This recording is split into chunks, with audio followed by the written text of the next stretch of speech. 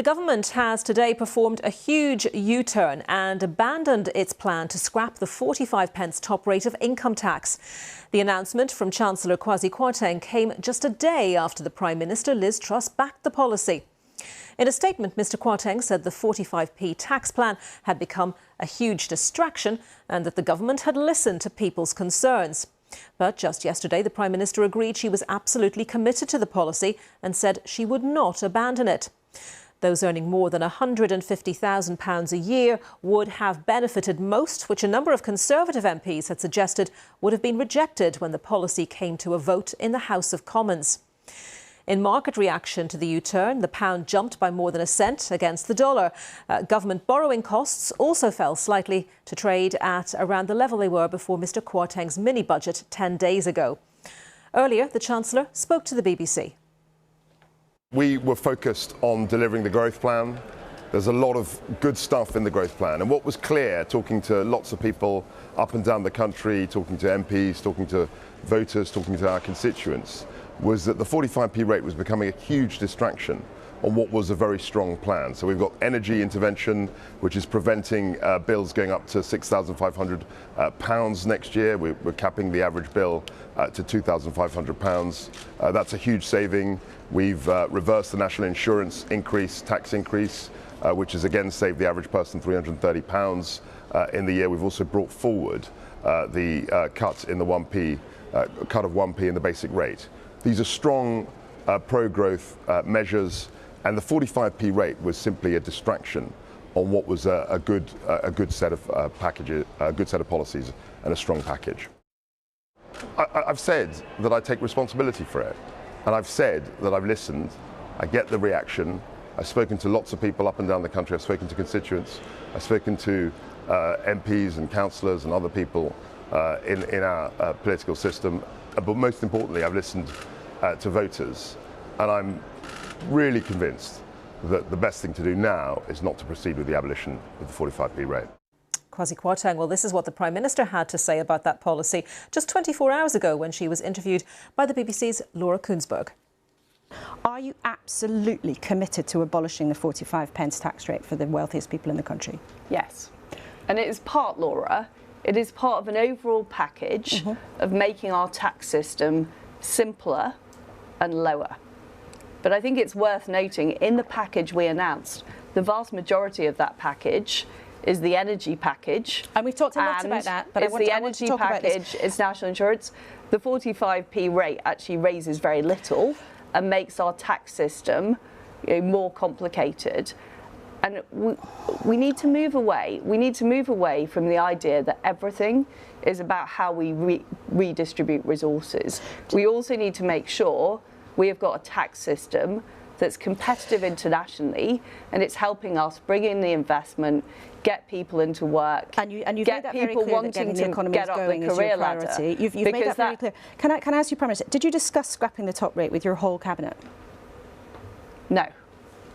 No, we didn't. It was a decision that the Chancellor made. Well, let's pick up now with our chief political correspondent, Nick Eardley, who joins us from Birmingham, where the Conservative Party conference is taking place. So Liz Truss yesterday saying that that was a decision that the Chancellor made. The Chancellor, in his interview with the BBC Breakfast team this morning, seemed to indicate that, initially at least, that the Prime Minister had made the decision on the U-turn, but then he said it was a joint decision. Either way, how does this leave them looking today, and what difference is this going to make to the rest of the conference? Damaged, bruised. I suspect over the course of the day many people will suggest that the Prime Minister and the Chancellor have been humiliated, because those two clips you just play show just how much a difference 24 hours can make in politics. Yesterday, Liz Truss was absolutely adamant that this was the right plan and that she was sticking by that controversial decision to abolish the 45p rate of income tax. I'm told that there was a series of meetings over the course of the day where it became increasingly clear to the Prime Minister and the Chancellor in their conversations that this just wasn't going to fly. There were more and more Tory MPs coming out publicly and telling the world what many had been saying privately, that they didn't support this, that they thought it showed that the government had got its priorities wrong. There were an increasing number of people, including the former Cabinet Minister Grant Shapps, saying, look, we're just not convinced that this plan's going to get through Parliament. And so over the course of the day, Liz Truss and Kwasi Kwarteng basically decided this is an unwinnable fight. We saw that story appear from The Sun overnight, saying that this plan was going to be junked. And as you just heard, the Chancellor confirmed it all on the television this morning. A colossal U-turn, and one that leaves a government that's only been in office for a month in a pretty precarious place. I think actually, Anita, we can hear from Grant Shapps. He was one of the people who said yesterday that this plan wasn't a good idea, that it showed the government had got its priorities wrong. He was one of the people predicting that ministers could lose the vote in Parliament. Here's what he told BBC Breakfast. I'd spoken to the Chancellor, I'd spoken to the Prime Minister over the weekend and said that actually, knocking on doors, it was very, very clear that this 45p issue was actually crowding out all the other good stuff, like that massive energy cap, which is designed to help millions of people.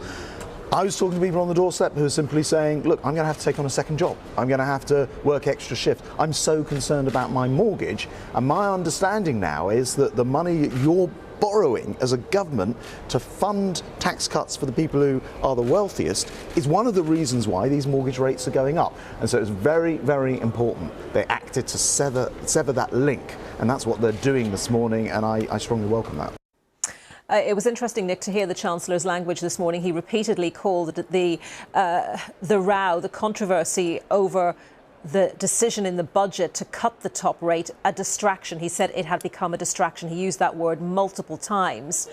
And I wonder then, when you look at his reaction and his response to the question of whether the government would link benefits to inflation, something which Rishi Sunak had said he would do, the Chancellor didn't give a direct answer to that. So I wonder, is that a mistake, do you think? Will that be seen as a mistake by the party as well as the wider public?